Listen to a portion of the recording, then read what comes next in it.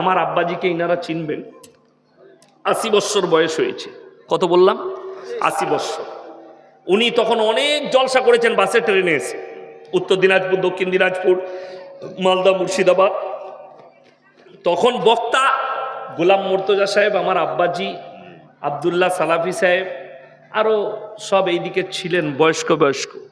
তো আমার আব্বাজি যদি এখন বলে বাপ ইয়াসিন, আমার বয়স হয়ে গেছে, আমি যদি মারা যাই তো আমার কবরটা পানির মধ্যেখানে নদীতে দিবি।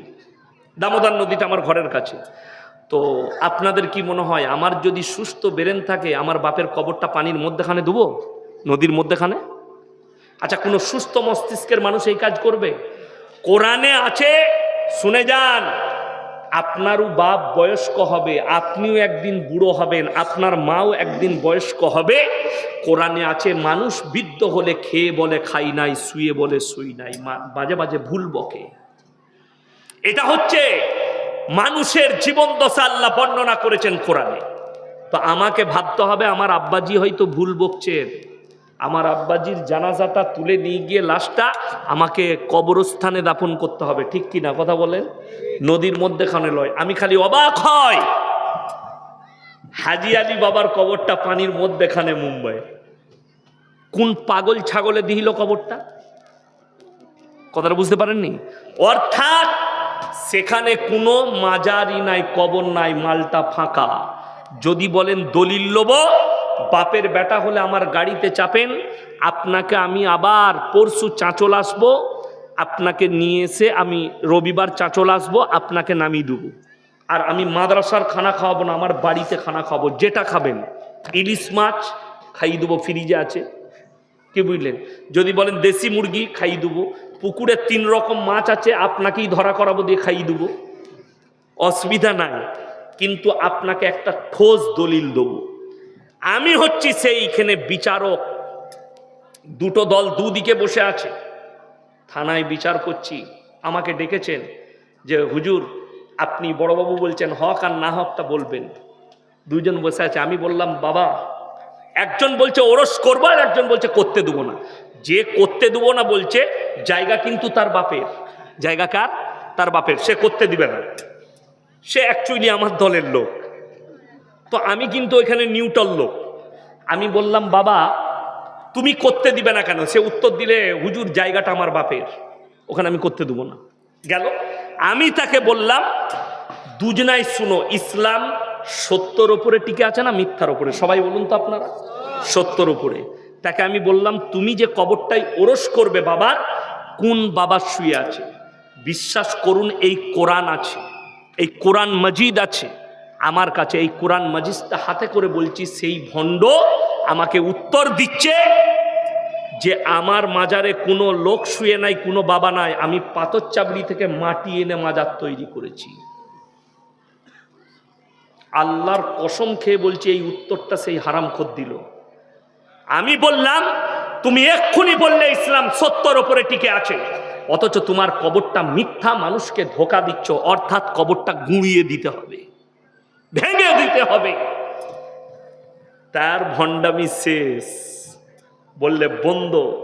থানাওয়ালা বললে কিচ্ছু করতে পাবে না। আল্লাহর কৃপায় বন্ধ হয়ে গেল। জোরে বলুন না সুবহানাল্লাহ। কষ্টের বিষয় হচ্ছে, আপনারা বলুন, হযরতে হোসেন রাদিয়াল্লাহু তাআলা আনহু কোথায় শহীদ হয়েছেন? করণদিঘিতে? তবে গঙ্গারামপুরে? কথা বলে না। কোথায়? ইরাকে কারবালায়। কারবালাটা কোথায় আছে? ইরাকে। কিন্তু অবাক হবেন, তার মঞ্জিল মাটি হচ্ছে করণদিঘিতে, তার মঞ্জিল মাটি হচ্ছে গঙ্গারামপুরে, তার মঞ্জিল মাটি হচ্ছে ইসলামপুরে, তার মঞ্জিল মাটি হচ্ছে বহরমপুরে, তার মঞ্জিল মাটি হচ্ছে বর্ধমানে, তার মঞ্জিল মাটি হচ্ছে খড়গপুরে, তার মঞ্জিল মাটি হচ্ছে কলকাতায়, তার মঞ্জিল মাটি হচ্ছে 2 পরগনায়, তার মঞ্জিল মাটি হচ্ছে বাঁকুড়ায়, তার মঞ্জিল মাটি হচ্ছে পুরুলিয়ায়, তার মঞ্জিল মাটি বাংলাদেশ, তার মঞ্জিল মাটি পাকিস্তান। গোটা পৃথিবীতে মঞ্জিল মাটি হচ্ছে। কবর কিন্তু লোকটার একটাই, কিন্তু এরা মিথ্যা কবর তৈরি করেছে। ফতোয়ায়ে রিজভিয়া খণ্ড নম্বর 24 পৃষ্ঠা নম্বর 497। আহমদ রাজা বেরেলভী তিনি লিখছেন, মিথ্যা কবর তৈরি করে, মিথ্যা মাজার তৈরি করে হযরতে হুসেনের নামে আপনার তাজিয়া বানানো, মাতম করা, লাঠি খেলা, ফাতিয়া করা, মঞ্জিল মাটি করা হারাম। এটা আহমদ রাজা বেরেলভী ফতোয়ায়ে রিজভিয়ায় নিজে লিখেছে। অথচ আমাদের দেশে, আমার বর্ধমানে একজন বলছে, ইয়াসিন ভাই তোমরা মৌলবীরা কি ইমানদার হতে পেরেছো? আমি বললাম কেন ভাই, ইমান তো সেরকম নাই, বলো কি হয়েছে? বললে মুর্শিদাবাদ থেকে এমন একজন আল্লাহর ওলি এসছে, সে আগুনের ওপরে মুসল্লা বিছিয়ে নামাজ পড়ছে। যা বুঝে করবো। আপনি পড়েছেন কোনোদিন আগুনের ওপরে? আমাদের মৌলবীরা পড়েছে? আমি তো জীবনে পড়ি না, আর পারবো না পড়তে। কষ্টর বিষয়। তাকে আমি বললাম রাগ করবি না, আমি উত্তর দিই। বলে হ্যাঁ বলো। আমি বললাম মুসল্লা আগুনের ওপরে বিছিয়ে নামাজ তখন পড়া যায় যখন গাঁজা আর মদ খাওয়া যায় তখন। ভালো মানুষ কিন্তু মসজিদে আল্লাহর ঘরে নামাজ পড়বে, নিরালায় তাহাজ্জুদের নামাজ পড়বে।